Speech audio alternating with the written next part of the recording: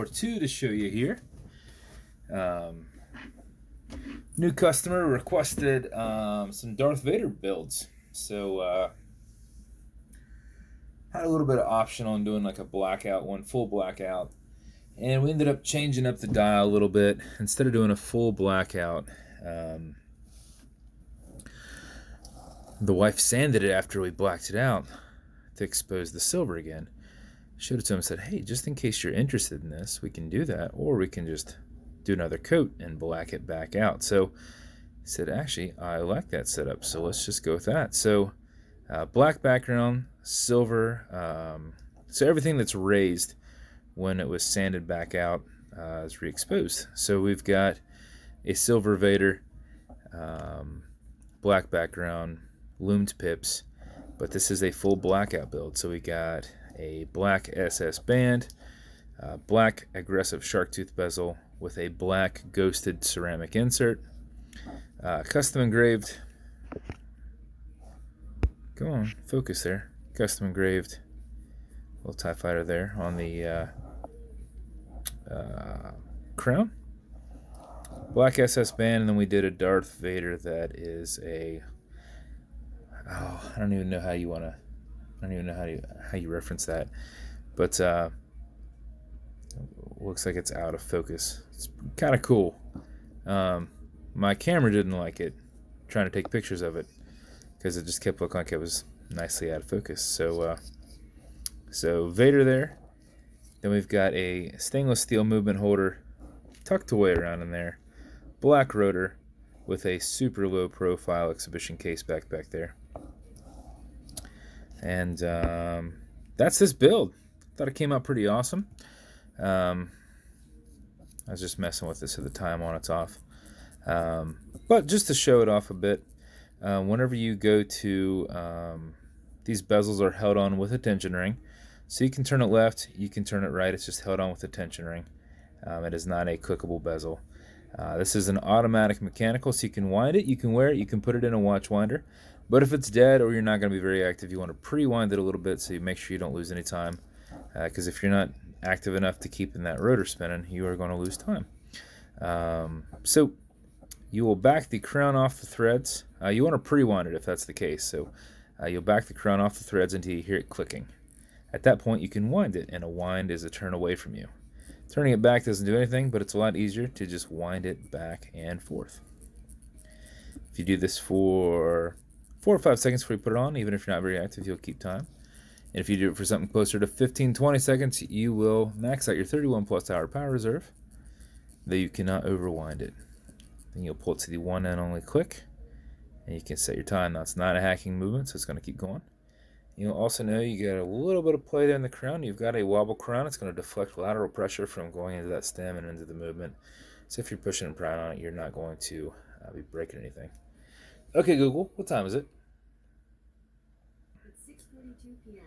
6:42 p.m. You'll just push it right back over and thread it back down. So that's build number one.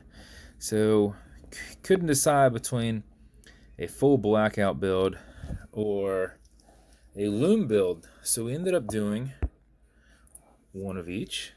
We did, and also a everything's blacked out, but we backfilled this dial with loom. This is a fancier loom. It will react to UV, regular light, and heat. So exactly the same build as that one. And one thing to note, these ceramic inserts, if you touch them, that looks good. If you touch them, you will fingerprint these things. They are so unforgiving. So same thing on this one, aggressive shark tooth on there, black cerakoted case, and SS band. Same style on the backing, same engraving here. So that is that build as well, but the backside is loomed and then sanded nice and smoothly, and then pipped, same handset and everything. So let's see if it will show out here a little bit in the light here. So let's see. can kind of get it dark and see in there, right? So there is that loomed build. So same setup as the other, which my phone will probably not focus. But there are the builds. So we've got a blackout with silver, and we've got a lume out with, I guess lume. Lume out with lume. But same builds on both of them. As always with every build, and this is set up exactly the same way. Just pre-wind it. I wind them up, let them sit all night just to make sure they keep time throughout the night. So what was our time on there? The design on these is slightly different. The Vader on this one is slightly larger than the other and brought out into the center, whereas on this one it is not. So I thought the one that was smaller would be better for more lume work on there. So I told him to do the same one, but he sent me one of each, and I was like, yeah, that's perfect. Did not realize he sent me one of each till I scrolled back. I was like, oh, okay, there's slightly one zoomed in a little bit more than the other. I think because I was trying to describe how I wanted it to look. And I think he thought, oh, okay, well, that's cool. But you have to look really close for you to even notice that.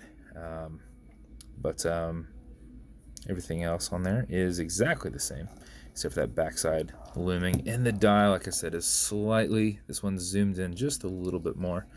But with every build, custom beads. Is that white? Custom beads with them.